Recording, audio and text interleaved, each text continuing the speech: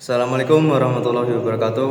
Perkenalkan, nama saya Muhammad Hari Asjan, NIM 1032469 dari kelas HTNB. Di sini saya akan membahas tentang hudud, kisos, diyat, dan reformasi positifikasi hukum Islam. Tugas ini saya untuk memenuhi UAS fikih jinayah. Langsung saja kita memasuki jarimah hudud.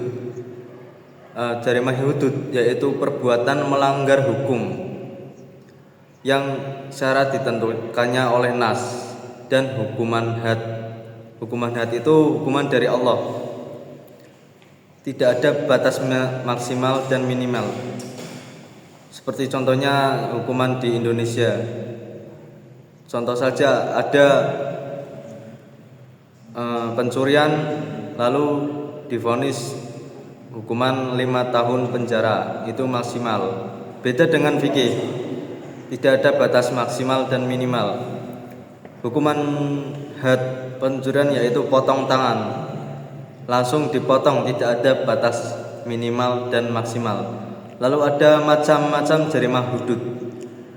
Ada 2 macam jarimah hudud, yaitu jarimah hudud pokok yang sudah ditentukan oleh ahli ulama atau sudah disepakati oleh ahli ulama. Yang sebagai contoh yaitu ada zina, yaitu ada zina muhson dan ghairul muhson. Tentunya hukumannya yaitu yang ghairul muhson dicambuk 100 kali dan muhson dirajam atau hukuman mati. Lalu ada menuduh zina tanpa membawa 4 orang saksi, yaitu hukumannya 80 kali cambukan. Lalu ada pencurian, hukumannya potong tangan, dan ada perampokan. Masing-masing ya ada perampokan. Contohnya ada hanya menakuti si korban atau sampai membunuh si korban, itu beda-beda. Contoh ada perampokan yang membunuh korban, itu hukumannya mati, dan hanya menakuti itu hukumannya menakuti dan merampok harta korban, itu dipotong tangan.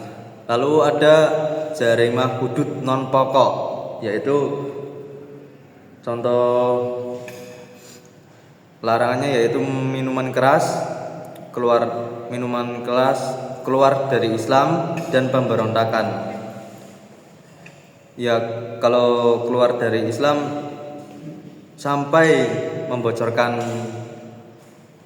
ajaran Islam atau membocorkan rahasia Islam sampai Islam bisa dikalahkan dengan mudah, itu hukumannya mati. Lalu ada kisos.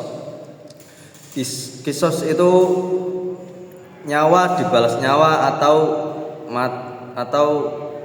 luka dibalas luka, yaitu keseimbangan atau pembalasan terhadap pelaku dari apa yang telah dilakukan oleh pelaku.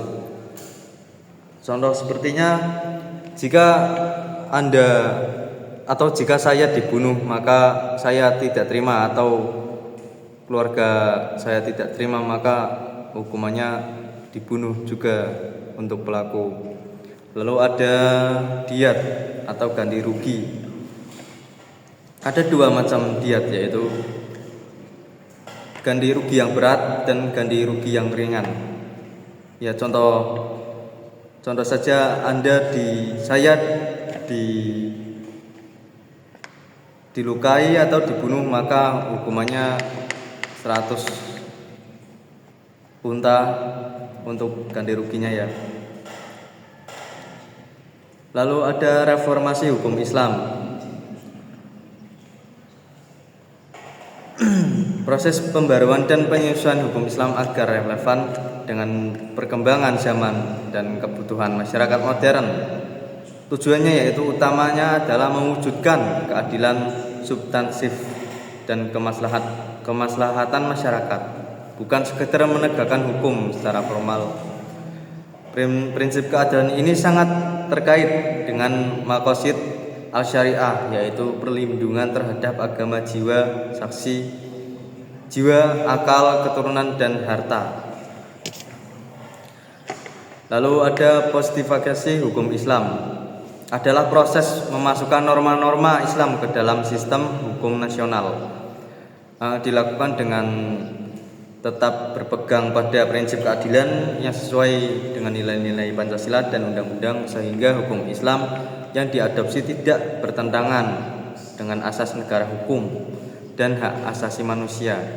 Dengan demikian, reformasi dan positifikasi hukum Islam secara bersama-sama membumikan nilai keadilan Islam yang holistik, inklusif, dan adaptif terhadap perubahan zaman. Sekian dari saya.